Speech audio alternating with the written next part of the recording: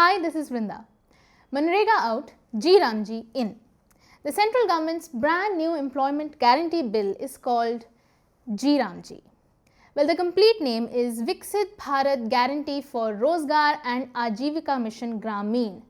The acronym is VB-G. After 12 years of being in power, one would think that the Modi government would have thought of a brilliant, brand new, robust employment scheme. Something that would outshine MNREGA, would bring better guarantees for labourers, would give them higher wages and more days of employment, or just new opportunities in general. But does the new bill do any of that? The MNREGA bill was passed unanimously by the Parliament in August of 2005. Yet this government today has gone on to make significant changes to the Act. But most of the debate around the bill has been smartly manoeuvred to be kept limited around its name change. Gandhi media anchors are talking about the name change as some sort of mega reset. But is it really that important? Is it that crucial? Is that all, in fact? Indeed, is the name change the real story, or is it just eyewash? Has it been done so that the larger questions around the bill can be brushed under the carpet? Because while Gandhi's name has been removed from the bill, the other legal changes are far more insidious in nature. For instance, look at this. Section 6(2) of the bill says that the state governments shall notify in advance a period aggregating to 60 days in a financial year covering the peak agricultural seasons of sowing and harvesting, during which works under the Act shall not be undertaken. Basically, this means that the government has made changes to the legal guarantee of work that was available the year round and has added a condition that for 60 days during the farming period, no work will be offered under G. Why? Can the government ensure that everyone who wants work under G will get employment on farmland for those 2 months? What if they don't? The guarantee of work under MNREGA allowed bargaining of better wage rates to millions of people.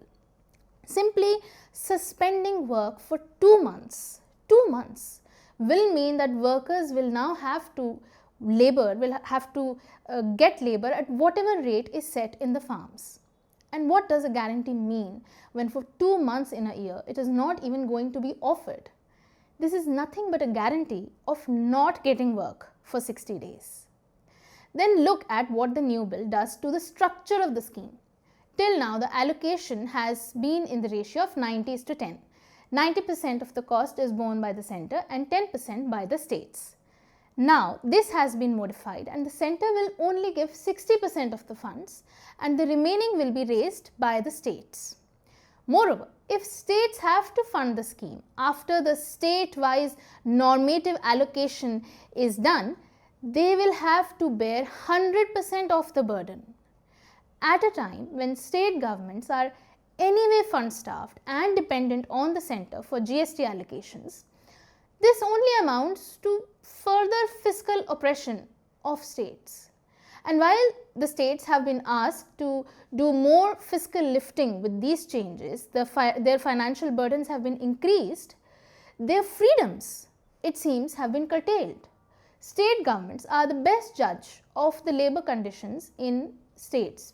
Conditions vary, climates vary, agricultural seasons vary, and market conditions are different. But now the central government has retained the power to decide where and when the new scheme G will come into force.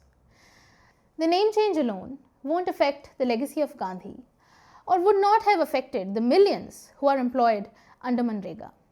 It is still, nevertheless, baffling why the government has dropped Gandhi's name from the Act.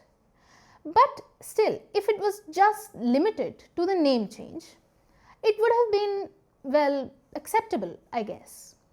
This government delights in name changing, we know that, from cities to parks to roads and schemes and so on. But what is more worrisome is the way in which this act, this new act, G, will affect the rights of millions of Indians and the fiscal health of states, opposition or BJP ruled states both.